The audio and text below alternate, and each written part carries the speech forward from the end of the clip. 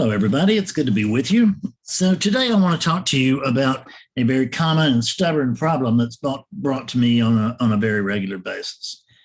And this problem is what I call the balancing of no self with the unit. Now, there's no self, so to speak. There's no Fred, but we're still hung, at least within relativity. We're still hung with this. There's still a body. And the thing is that when a realization occurs, it doesn't occur to this, it occurs to awakeness itself. So what awakeness can see very clearly, very obviously, is that there's no Fred, there never was any Fred, there's only me. There's no such thing as others. There's just this, whatever it is, and we don't even know what it is. So that being paired, or the attempt to pair that with the day-to-day rigors of holding a job, keep paying a mortgage, taking children to school, planning for retirement, whatever it is that we're going to spend our time doing. The twain shall never meet, right? But they don't have to meet. They don't need to meet. And one doesn't need to be dominant over the other. We can entertain both spontaneously, and that's what we need to do. There's a balancing out. For instance, in the experience here, there is a balancing out. There's a Fred life, which has continued even in the presence of no Fred, because it was continuing always here as no Fred. It just gave up the pretense. It's been, the pretense of being a Fred has been given up. So there is the ongoing experience of the relative Fred life. Spiritual teacher, homeowner, husband,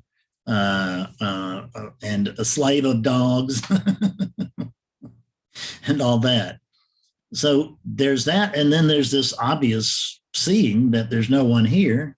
And that continues to this day, not to the surprise extent and all the jilly jally joy thing that goes on sometimes with initial awakening. Doesn't have to, but sometimes it does. Most of the time it doesn't. But even though there's, like, every morning I come to this computer virtually every morning, and I sit down and I meet with people. And I could, if I had just woken up, because I actually went through this desert, or I call it the desert of awakening, but we want to notice that it's really a conflict of views. And so when I went through this awakening myself, it was years of this part of awakening myself, or this part of post-awakening myself. Oh, gee, I don't know, a dozen years ago, 13 years ago, something a long time ago. But I did go through it, and there was a despondency here, because suddenly, all I could see was that there was no Fred. So what in the world was I going to do? Fred secretly reasserting itself, because I spent all my time and money on spiritual seeking, and what do I do with my time and money now? Well, money will always find a home, but time, there is no time, but there's an experience of time by an imaginary character, by an illusory unit. What you're looking at here is an illusion. What's looking at this illusion is illusion. This home that I'm in, it's illusion. It's completely illusion. There's nothing true about any of this. They can say can we say it's not real? What does that even mean, right? What does real mean? I don't. I can tell you if something is true or not. I can't tell you much about real or unreal, because I can't find anything real. How am I going to compare them when I can't find anything real? But that doesn't mean there's not the experience of the everyday objects of the love in my marriage and the love in that it just springs from this home, to where the mailman can feel it. I mean, it's just really, it's pretty amazing around here, and but quietly amazing. It's not flashy at all. It's just quietly amazing, and we just notice that there are lots and lots of people that will show up when we need them to, even though we don't even know them, but they see something. When I put up a notice that Willie had cancer and that, we wanted to try this treatment, and we were going to try this treatment, and that it cost something over $15,000. You guys sent in something over $15,000. You paid for the whole thing. You did. I paid for some of it. You took some money out of savings in order to make it, and you put it right back in the savings. Thank you so much. It was really tremendous effort, and it was just so overwhelming and so unexpected, because I didn't even want to put up a GoFundMe, but I said, well, just who would go with that? It turned out a lot of people. Thank you, Susan. So that's one of my friends and students. So this no self, because if I had just gone with, well, who cares about a Willie? I mean, there's never been a dog here yet, because this is all just imagination. It's all just illusion. There's really no dog here. There's no one here, and there's nothing to do, and there's nothing wrong. Well, on one level, that's absolutely true. But on another level, it's just bullshit, because that will end up inevitably being co-opted by an ego. The divine seeing, if you will be co-opted by an ego.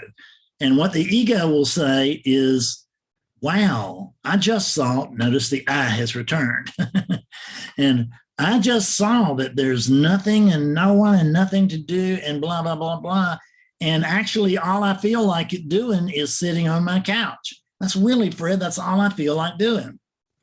And you know what? One answer to that, if I don't know you and haven't worked with you or whatever, well, it wouldn't really be an answer. But just go ahead and sit there if that's what you want to do. But see how long you can sit there, because that unit ain't gonna sit on that couch but so long, I don't think.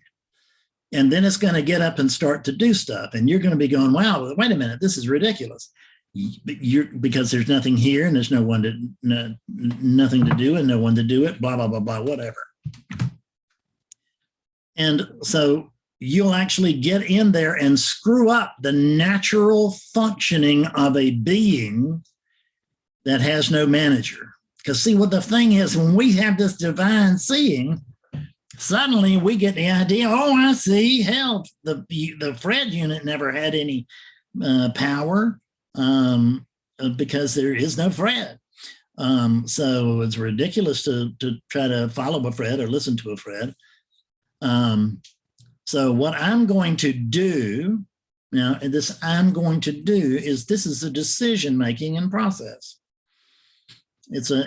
Decisions actually happen, they're not made, but but they are encouraged mightily by units, yes? And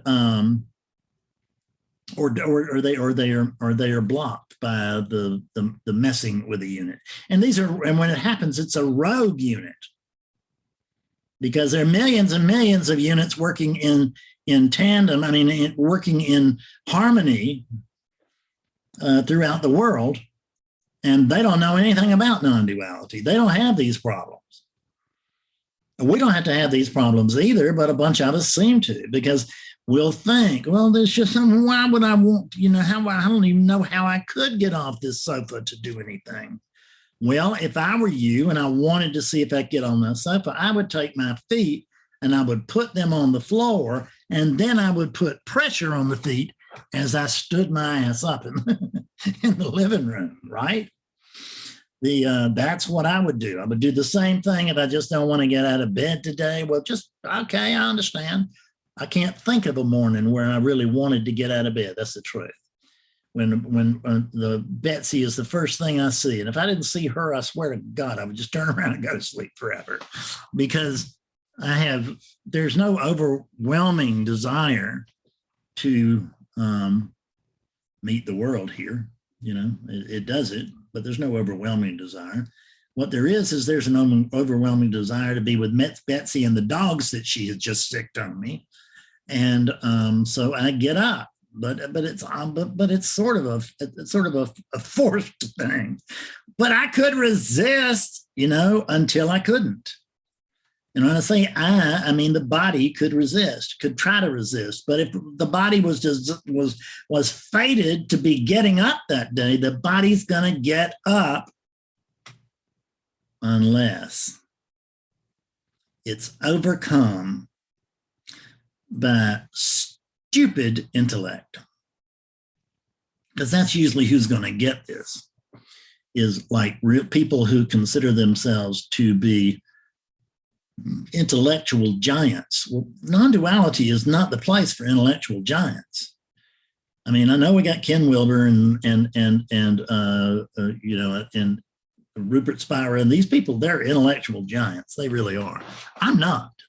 But they are the rare exception of an intellectual giant who's made it through. Yeah, who's actually come through, and that lineage that whole lineage is of intellectual, is of an awakening by intellectual giants, right? But it's just so rare. I mean, I can't think of another. I guess Ken Wilber's got some kind of little thing, and he's an intellectual giant, but it's neither here nor there. What I'm telling you, it's rare.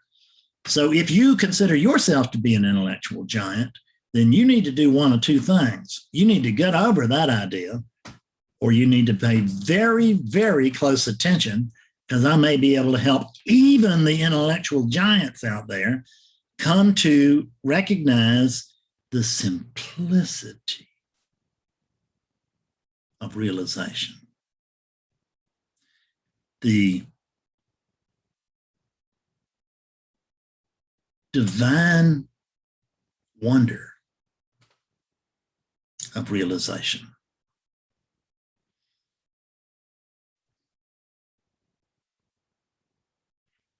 When realization occurs, it's always stunning, because it's never, ever what you thought. I don't care what you thought. I've dealt with thousands of awakened beings, and I never had a single one of them tell me, "Yeah, pretty much what I was thinking."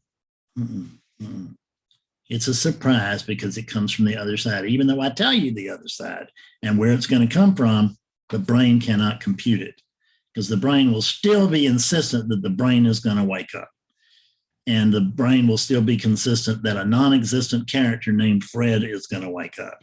And neither one of those things happens. There seemed to be a Fred Davis who was mightily interested in waking up to the truth of the universe, but the truth of the universe woke up to the absence of Fred Davis. There's no Fred Davis here, so there can't be one that's had an awakening or had insights or seen certain things that make it special. How can you make it special when it doesn't exist?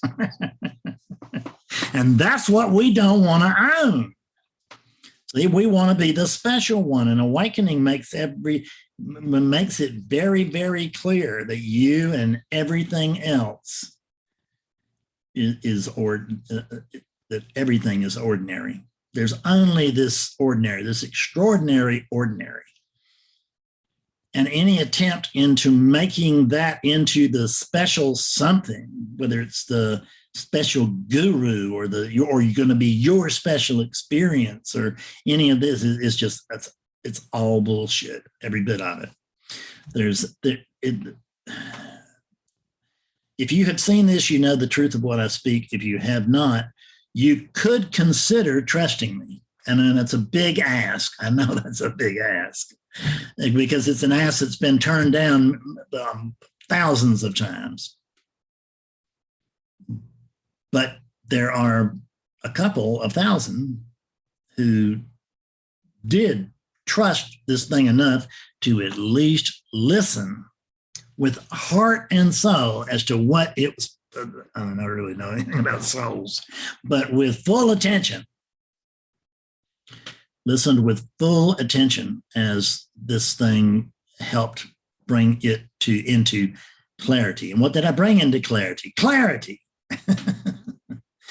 So I brought awakeness into the amazing awakening of seeing, what it is, what it's always been, which is awakeness itself. Which if you've had an awakening experience, you may have some resonance with that. If you don't, you may not have any resonance with it.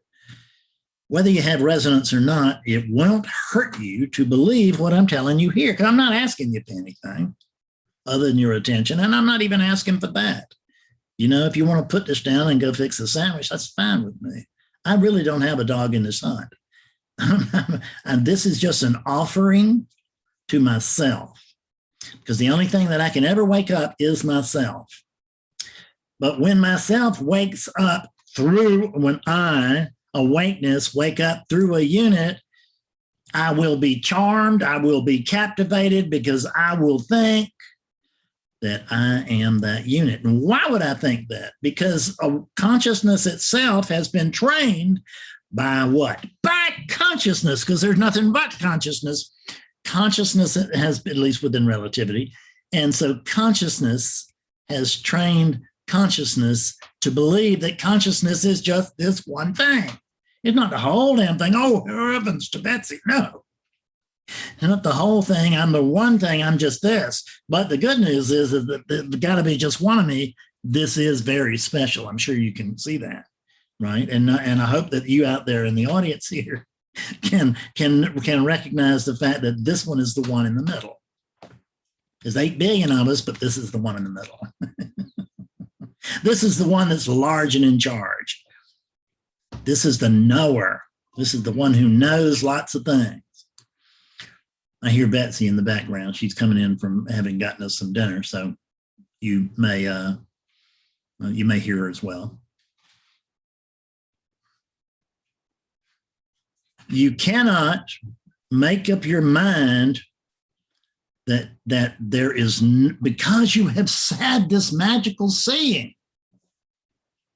I'm not doubting that there's tons of non-dual experiences, and they're not really dual experiences, but it's too late to go into that here. Non-dual experiences. I won't go into that here. But there are plenty of awakening experiences and glimpses of truth and all of this, but they don't belong to anybody. But my mortgage belongs to somebody. Not really. There's no one here. And what house? It's illusory. And the mortgage is illusory. But what I notice is within the story of Fredness that continues after having had the divine seeing of my own true nature, is that if I don't pay that mortgage, my ass is going to be fine and divine out in the street. So I need to figure out. It doesn't feel like there's anyone here, and I know there can't be anyone here because they're just seen as all emptiness. It's all emptiness. And because see, the problem here is that we want to go to one side or the other. So there's only emptiness. Well, who's talking? Emptiness. Okay. So what is this experience about? What are you talking about? The experience of relativity continues until the body dies. And if there's a body over there, and I'm guessing there is if they cut on the computer and went to YouTube, then there's going to be a continuing experience of lifing over there. And you're not really living life, it's living you, but it's going to feel like you're living it. And the funny thing is there has to be a willingness to cooperate with this, even though whatever it is, even though we don't understand what it is.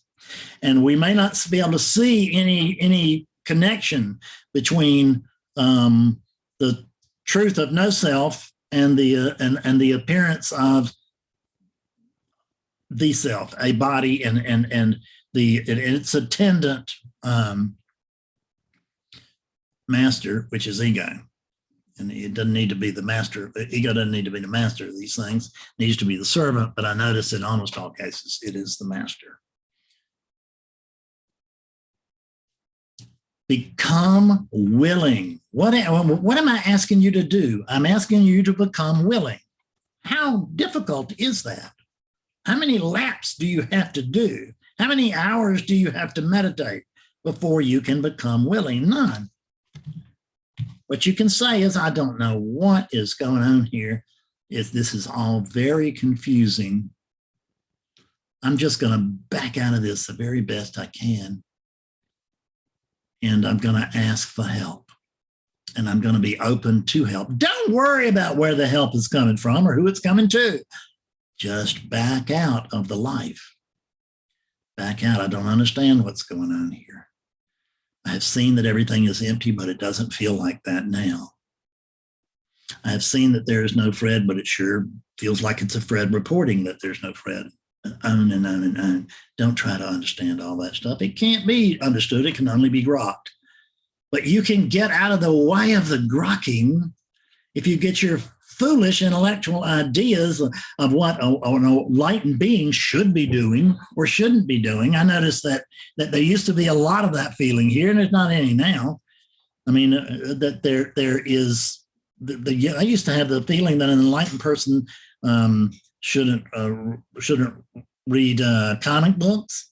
That there were enlightened people shouldn't do this and shouldn't do that. And I noticed that the unit did do that. So the idea that the enlightened being couldn't do that or shouldn't do that was absolutely incorrect. It couldn't not. That's what was happening. But it wasn't happening by or for or to anybody. Just happening. So become surrendered to the idea of going with the flow that is already present. Don't try to think your way out of this. Don't think you're trying to think your way out of any problem that has to do with non-duality. And really every problem has to do with non-duality, because there can't be a problem without a Fred. But don't think Freds can't be a problem. So whatever it is that's over here, it's certainly awakeness. It knows itself to be awakeness. There's still this experiencing. And I notice that there's no resistance to this as it is. And when there's no resistance to this as it is, you'd be amazed at what can happen. So good luck with this. Hope it made sense to you. If it didn't, yeah, just stick it aside and try it again in a year. Thank you very much. I love you. Bye-bye.